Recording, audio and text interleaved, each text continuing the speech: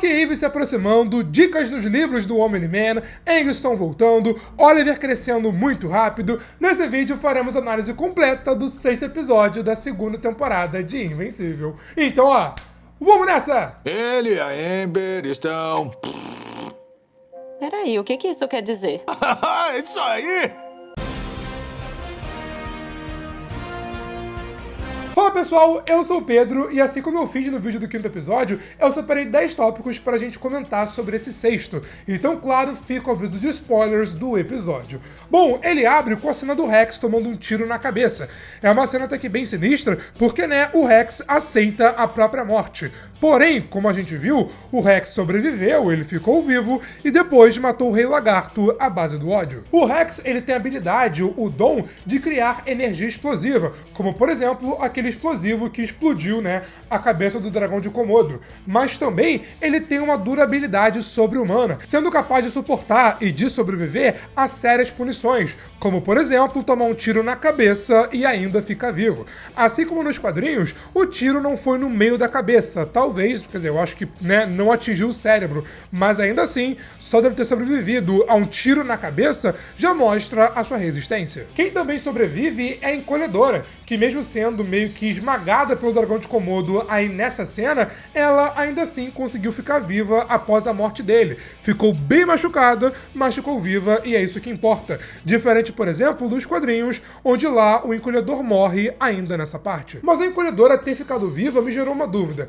Será que, por exemplo, se o dragão de Komodo não morresse, a Encolhedora ficaria ali dentro do seu corpo para sempre, até ela eventualmente morrer? Ou será que, tipo, ela meio que se acomodou no corpo do dragão de Komodo para não ser esmagada por ele, mesmo ele estando vivo, e aproveitando que a cabeça dele explodiu, ela foi lá e, como a gente viu, saiu do corpo dele. Enfim, enquanto tudo isso rola, a gente vê os Guardiões Globais ainda enfrentando os Sequids e conseguindo salvar o Russ Livingston.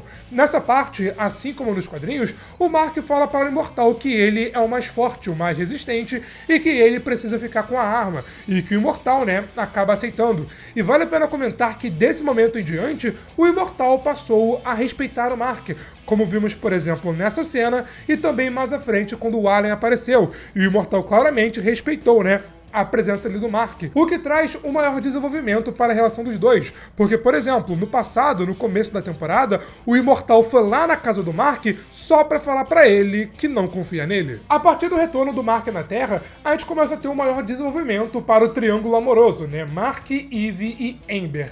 Assim, cara, tá na cara o que vai acontecer, eu acho que todo mundo sabe, sem precisar ir atrás de spoilers. Mas, por exemplo, nessa altura do campeonato lá nos quadrinhos, a relação do Mark com a Amber já está muito mais frágil do que aqui na série. A série tá trabalhando isso, mas com calma, um pouco mais devagar e de uma forma que, meus amigos, eu tô achando bem interessante. Ao mesmo tempo que colocaram o Mark e a Eve para se reaproximar aqui nessa missão, como por exemplo com esse abraço no 5º episódio, esse abraço nesse episódio e também com a reação da Eve ao saber que Mark e Amber estão quase terminando, eles estão trabalhando muito bem as motivações para o possível término dos dois. Ambos querem ser bons um para o outro, mas sabe que do jeito que tá, não tem como a relação fluir. E parando pra pensar, a culpa não é de nenhum deles, sabe? O Mark está meio ausente porque ele está sempre ajudando alguém e salvando alguma pessoa, algum planeta, alguma raça diferente. A Amber até entende isso, mas ao mesmo tempo se sente sozinha e, né, vê que a relação com seu namorado não está se desenvolvendo. Assim, não vou dar spoiler do que vai acontecer, caso você queira saber, tem um vídeo só aqui no canal, mas esse aqui é um spoiler do futuro. Mas enfim, cara, eu tô curtindo como tudo isso está sendo trabalhado, está sendo desenvolvido. Não é algo aleatório desse episódio. Começou lá no começo da 2ª temporada, foi aos poucos, aqui teve destaque, e mais uma vez eu tô achando tudo isso bem interessante. Assim como nos quadrinhos, o Mark desabafa com o Rex sobre tudo isso. Lá, por exemplo, ainda antes dele conversar com o Rex, Mark e os demais recebem meio que uma celebração por terem salvado a Terra, enquanto o Rex foi esquecido, para manterem todo o lance da Liga Lagarto em segredo. Aqui eles adaptaram isso, né? Não tem a celebração, e eu achei até que mais coerente dentro da história. O Rex brinca que falam pra ele que ele vai ganhar uma mão nova, e isso é um foreshadow, uma dica do que vai rolar, porque o Rex de fato vai ganhar uma mão nova, ele inclusive a mostra para o Mark, mas para evitar spoilers do que a sua mão faz, eu vou parar por aqui. Falando em robótica, em robô, também temos o arco do Rick, o namorado do William, que agora voltou pra faculdade, na verdade voltou pra realidade, né? Tá implícito, o quadrinho mostra de forma mais explícita, mas sim, o Rick é um robô, assim como o Donald. O Donald até fala que vai manter contato, pra quem sabe, até conversar com o Rick e ajudá-lo a se entender nesse novo ser, sabe? E também, quem sabe, se ajudar, já que ele está sofrendo com tudo isso, tendo meio que uma crise de identidade, uma crise de existência, sabe? Nos quadrinhos, acontece a mesma coisa. Donald e o Rick conversam e meio que um ajuda o outro. Então eu acho que vai acontecer a mesma coisa aqui na série. Outra pessoa que teve mais desenvolvimento nesse episódio foi a Deb, que agora, cuidando do bebê Oliver, está mais feliz, com um semblante melhor e meio que virou a mãe do Oliver. Oliver, que é o nome em homenagem ao seu avô. E o Oliver que, parece que cresceu do 5º para esse 6º episódio. E como eu mencionei no vídeo anterior, ele vai crescer muito rápido por conta do sangue Traxano. E, inclusive, ele já está começando até a falar, chamando a Deb de mamãe. Cara, que fofura. E o Cecil, ele é malandro, ele é inteligente. Ele tentou colocar várias babás para tentar cuidar do Oliver, né? Para mim que ter uma entrevista de emprego ali com a Deb. Mas para não necessariamente cuidar do Oliver, mas também para vigiá-lo caso ele demonstre alguma característica vilanesca à la Nolan, sabe?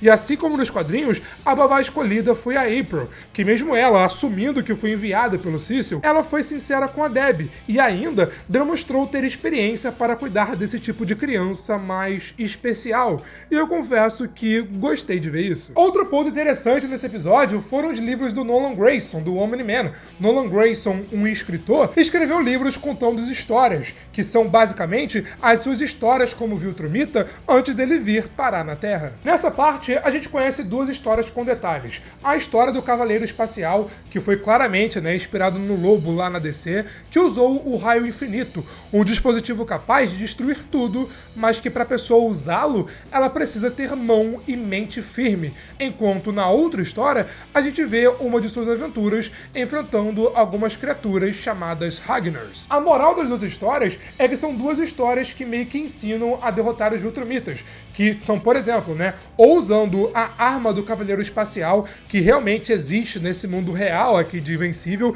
e a outra maneira são as criaturas Ragnars, que realmente podem ferir os Viltrumitas. E isso, inclusive, acaba sendo importante na luta do Treg contra o Besta de Batalha. Ainda sobre os livros, o Mark conta para o Alan que não pode se juntar nesse momento para a coalizão de planetas, mas avisa que assim que a guerra começar, ele estará lá para ajudá-los. E ainda deixa o Alan escanear os livros do Nolan, que, só isso já vai ajudar bastante, lá na coalizão de planetas. Ele fala que o Nolan possa estar vivo por aí, e pede para o Alan ir atrás do seu pai, o que já é um bom indício do futuro, aqui dessa história. Aliás, eu gostei que a mesma roupa que o Alan está usando, quando ele reaparece nos quadrinhos nessa parte, é a mesma roupa que ele está usando aqui nesse episódio. Também gostei que a comunicação por telepatia do Alan não é simples assim, sabe? Só funciona de um ser para o outro, pelo menos por enquanto. E a pena dele, que o elemento mais importante que falta na barba do Imortal é o bigode, cara, me fez dar risada, velho. Essa aí me pegou desprevenido.